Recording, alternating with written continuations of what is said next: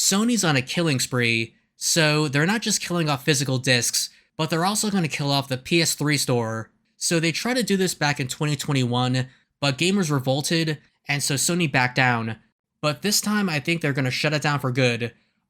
So depending on where you live, the PS3 store is going to shut down as early as next month. Here in the US, it's going to shut down in July of next year.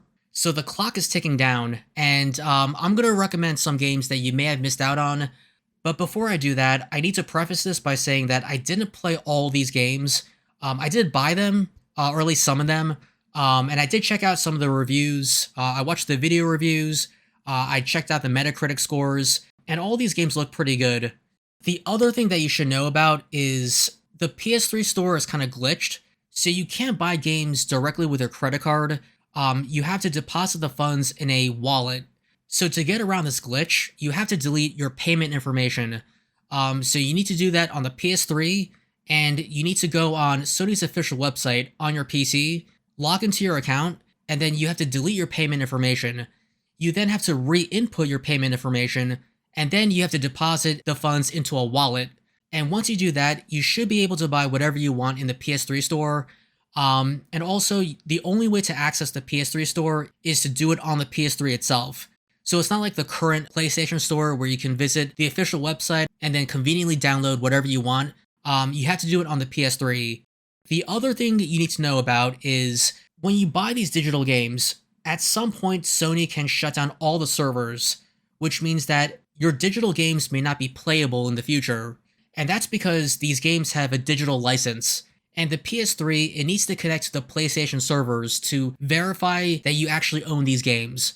But if all the servers shut down, just like how they're shutting down the PS3 store, then the games can't be verified, and that means that you will not be able to play any of your digital games. So if this does happen, your only option is to use an emulator or to jailbreak your PS3.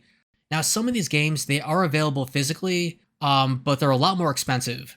So with that out of the way, the first game I'm going to recommend is Siren Blood Curse. So this is a reimagining of the first game, and it's made by the creator of Silent Hill. And I did play the first level of this, and it was actually a really rough start. There was a lot of film grain, and I didn't know where to go. But once I played more of it, I actually really liked it. So based on what I played, the levels are linear, so you don't have too much freedom of movement, and there seems to be only one way of progressing, but you have to figure it out, and the game does not hold your hand. So the first level, there's this guy that's chasing you, and you have to sneak past him, and so there's a house you can go into, and you don't really know what you're supposed to do to get past him, and so the game kind of encourages you to explore the environment and see, what's going to happen, so your actions will trigger an event. So for instance, when I hid in the closet, the guy ended up walking into the room and, snooping around. But then when I hid in the bathroom, he ended up doing something different. He ended up going in a different part of the house. Eventually, he opened the door, which allowed me to sneak past him.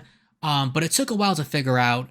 So once I kind of realized what this game was, I had a greater appreciation for it, and I can't wait to play more. It really is scary, especially since, again, you don't have too many places to go, and when someone is chasing you, it can be terrifying. So the game was released in episodes, and there are 12 of them, but you can buy all of them for $20. Now, there is a physical version of the game, but it was only released, I think, in Asia and Europe, but it is playable on a US PS3 since the PS3 is region-free. But the problem is that physical copies go for over $100. Alright, next game is Trash Panic. This is basically Tetris, but with trash. You can't get it anywhere else except for the PS3 store. Apparently the game is pretty difficult.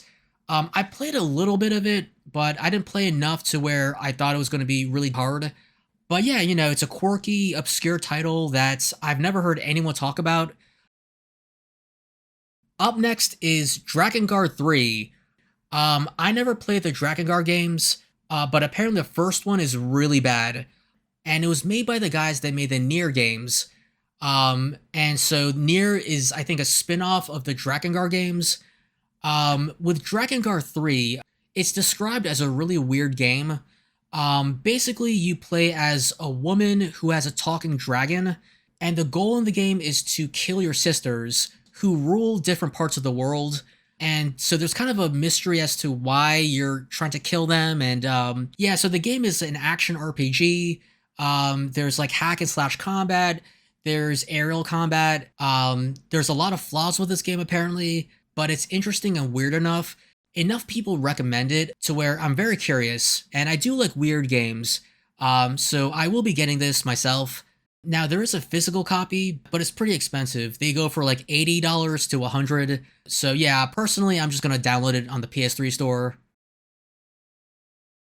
Alright, up next is Medal of Honor Frontline. I never played any of the Medal of Honor games, but they're very highly regarded. They're considered classic games. This game in particular, there is an HD remaster of it, and it's only available on the PS3 store. Now, it was bundled with the Medal of Honor reboot game, but I do believe that you can download this as a standalone game on the PS3 store. I think it's $10. So the reason why I want to get this game is because way back when, I remember seeing trailers and gameplay footage of the game, and they would always show the scene of this guy vomiting in front of you, and that just always stuck out. So game number 6 is a game called Puppeteer, and it's a pretty obscure title. I don't think a lot of people played it. I didn't even know about it until recently. But in the game, you play as a puppet, and you're armed with a pair of scissors, and so you get to cut up enemies, you get to cut up the environment, and what's neat is that the game takes place on a stage, and I believe you can even swap your heads to gain new abilities. And yeah, the game looks really charming. I love the visual aesthetic. You can get a physical copy of the game, but it goes for around $70 to $80. So again, pretty pricey. The next game I'm going to recommend are actually two games. It's Ico and Shadow the Colossus. But you can get both of them as part of a collection. I'm not sure if the collection is on the PS3 store, but you can buy each game individually for $10. Now, I never played Ico and Shadow the Colossus because those games look really depressing, but these are very highly acclaimed games. Again, they're considered classics. So in Ico, you play as a boy with horns, and you are put in this building, and you're trapped inside of it, and you basically have to escape. Along the way, you meet this mysterious girl, and overall the game has a very mysterious vibe, and it's a puzzle platformer with a little bit of combat. With Shadow the Colossus, you play as this guy who's trying to revive this dead girl, and in order to do this, you have to defeat giant monsters, and you have to scale them, you have to climb on their backs, and it looks pretty epic, but again, I never played it because the world is very empty and kind of depressing, and I do plan on playing these games at some point, since, again, I've heard so many good things about these games. Now, you can get the physical collection on eBay for around 18 bucks, so thankfully it's not going to cost you an arm and a leg. Alright, so the next game you probably have never heard of. It's called Battle Princess of Arcadias, and it was published by NIS America. It's a side-scrolling action RPG where you have a bunch of NPC teammates that fight alongside you. This game is only available on the PS3 store. There is a physical copy, but it was only released in Japan, and I don't believe this game has an English option, so even if you wanted to import this game, you wouldn't be able to understand it if you don't speak Japanese. So once the PS3 store shuts down, this game will be gone forever, and there will be no other way to officially obtain the game, so definitely get it while you can. Tokyo Jungle. So this is one of those weird, experimental Japanese games that they used to make back in the day. So the game takes place in Japan in the post-apocalypse, and you play as animals, and the goal is to survive. So literally you have to kill animals, you have to eat, you have to mate, and you'll get to play as other animals. You can get this game for, I think, 15 bucks on the PS3 store. Now there is a physical version, and it was included in this compilation disc. I forget what it was called. I think it was called like the best of something. But it is available on eBay. Alright, so going down the list, we have the Sly Collection. So this is a compilation of the first 3 games. Now, they did make a 4th game for the PS4, but apparently it's just kind of so-so. But the first 3 games are considered the best. Now, I did play the first game, and I actually didn't like it. I played it way back in the day. I thought it was way too easy. The levels were very linear. But I don't know, maybe if I played it nowadays, I would have a change of heart. But the second game, Sly 2, that's considered the best in the trilogy. Some people may argue that the third one is the best, but the second one, I didn't play it. With the second game, it features large, free roaming environments, and it also has a hub world, and I believe you get to play as other characters, or at least they tag along with you. So if you're in the mood for a stealth platforming game, you can pick up the Sly Cooper collection for $15. However, you can buy each individual game separately for $10 each, which I would say probably better to get the Sly Cooper collection. It's a better value. But if you just want to play one game, I would say go for Sly 2. Last but not least is The Last Guy. Yeah, wow, I just realized that's a coincidence. The last game happens to have the word last in the title. That was not planned. So this game is quirky. It's a weird, quirky Japanese game. So basically, you have to rescue people. You run around the city, rescuing as many people as possible, but the catch is that they'll form a long line behind you, and along the way, you have to avoid mutant creatures.